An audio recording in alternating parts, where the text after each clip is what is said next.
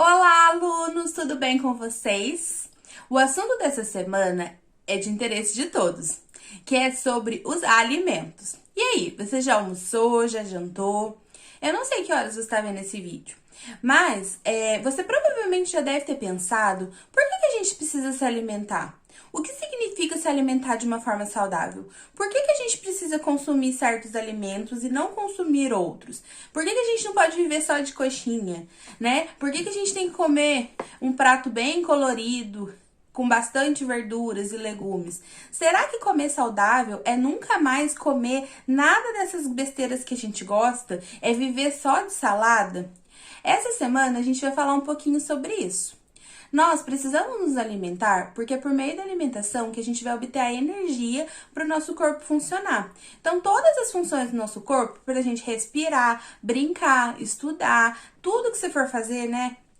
Correr, qualquer coisa, a gente precisa de energia. E essa energia vem de onde? Dos alimentos. Então, além disso, né, todas as funções do nosso corpo. Se a gente se machuca, por exemplo, nosso corpo se regenera por meio de onde? Dos nutrientes que vêm dos alimentos. Então, nós precisamos dos nutrientes para poder viver de uma forma saudável. Então, por que a gente precisa de um prato bem colorido, com o maior número, né, possível? Porque é para a gente conseguir a maior variedade de nutrientes. E agora a gente vai falar um pouquinho sobre cada um deles. O primeiro nutriente é a água. Então, cerca de 80% do nosso corpo é de água. Então, se a gente pegar uma pessoa aí, você pega o seu peso e multiplicar ele por 0,8 é a quantidade de água que a gente tem no nosso corpo. Então, uma pessoa de 50 quilos, 40 quilos dela é somente água. A água, ela é extremamente importante para tudo, porque é por meio da água que acontecem a maioria das reações do nosso corpo. Ela é importante, por exemplo, para a lubrificação dos nossos olhos, das nossas articulações. Ela transporta os nutrientes, né, no sangue. Ela também regula a nossa temperatura. Então, por exemplo, quando a gente começa a ficar com muito calor, a nossa temperatura começa a subir. E a gente sempre mantém a nossa temperatura. Como que o nosso corpo faz para baixar a temperatura? Por meio do suor. E também para a eliminação das impurezas através da urina. Então, a água ela é extremamente importante. Antigamente, ouvia-se falar que a gente precisava tomar em torno de 2 litros d'água. Todo mundo já deve ter ouvido falar disso, e isso não deixa de ser mentira. Isso é verdade, desculpa. Só que, né, cada pessoa tem um corpo, tem gente que é mais alto, mais magro, mais gordo. Então, como que a gente vai estipular a mesma quantidade de água para todo mundo? Não é legal. Então, os 2 litros d'água é uma média interessante, mas o legal é você fazer xixi e no final do seu dia o seu xixi está totalmente transparente, do jeito que você bebeu. Então, uma pessoa magrinha vai precisar de menos água, uma pessoa maior, né? Ou então, uma outra conta bem legal é você pegar o seu peso e multiplicar por 0,35. E aí, esse vai ser a quantidade de ml que você necessita de água. Outro nutriente muito importante são os carboidratos. Os carboidratos são os nutrientes que nos dão energia. É por meio deles que a gente vai ter energia. Quais são os alimentos que são ricos em carboidrato? Os alimentos que são os tubérculos que vêm debaixo da terra. Então, por exemplo, a mandioca, a beterraba, a batata salsa, todos esses tubérculos, os grãos, arroz, feijão, o trigo, né, os alimentos derivados de trigo. E as frutas, todas as frutas têm os carboidratos. Antigamente, né, muita gente já ouviu falar que frutas são muito saudáveis, só que acabou que nos últimos anos as pessoas ficarem com um pouco de medo de comer fruta, porque fruta é muito doce, porque fruta tem açúcar, fruta engorda. De fato, as frutas têm o açúcar, né, que é a frutose, mas esse açúcar ele é bom pra gente. Isso também não significa que a gente tem que comer tudo de uma única vez. Não é porque é legal que eu vou comer uma caixa de uva, uma dúzia de laranja, tudo de uma única vez. Mas os carboidratos são extremamente importantes pra gente. E os carboidratos das frutas são legais. E outro carboidrato, né, que nós temos é o açúcar, né? O açúcar em si, refinado, ele não é legal da gente consumir em excesso, porque ele faz mal pro nosso corpo. Então, a gente pode consumir, é claro, mas com moderação. Outro nutriente extremamente importante são as proteínas. As proteínas, elas que vão construir praticamente tudo que nós temos no nosso corpo. Elas são importantes para a formação dos músculos, do DNA, elas vão fazer as enzimas, que são substâncias muito importantes. E as proteínas, quais são as fontes de alimento que tem proteína? As carnes, os ovos, o leite e também as proteínas vegetais. Porque algumas pessoas não se alimentam de carne e não é por isso que elas ficam sem proteína. Por exemplo, o grão de bico, a ervilha, o feijão, são alimentos ricos em proteína vegetal. Os lipídios, eles são os nutrientes muito importantes, que são os óleos e as gorduras.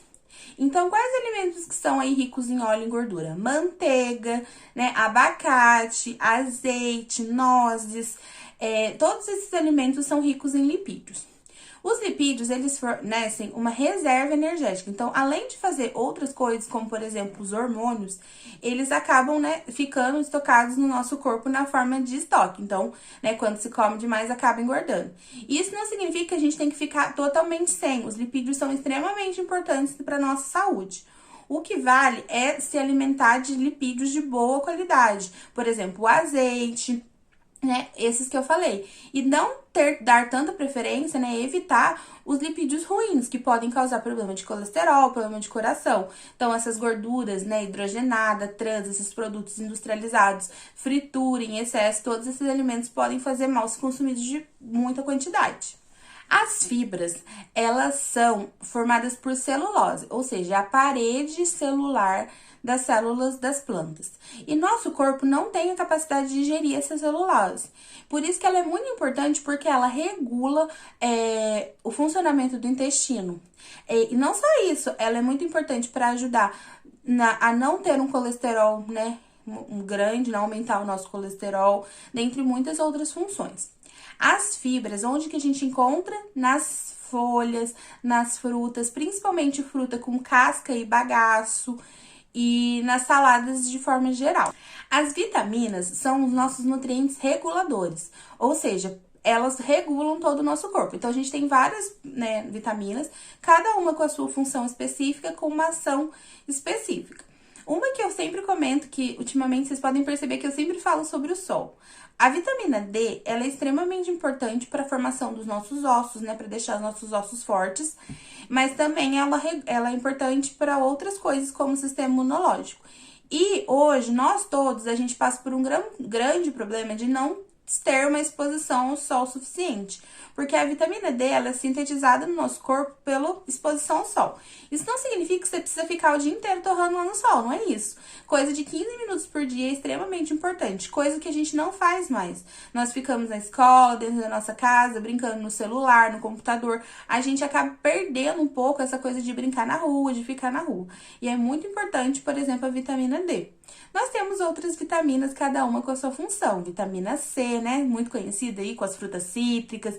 Vitamina A, que ajuda na visão. Então, nós temos muitas funções, vitaminas, cada uma com a sua função. Sora, você falou todas essas vitaminas, esses nutrientes. Isso significa que eu nunca mais vou poder comer aquela coxinha que eu tanto gosto, aquele bolo com leite condensado que minha avó faz? Não é assim. Os alimentos, a gente pode classificar eles em 3 tipos. Os in natura ou minimamente processados, os processados e os ultraprocessados.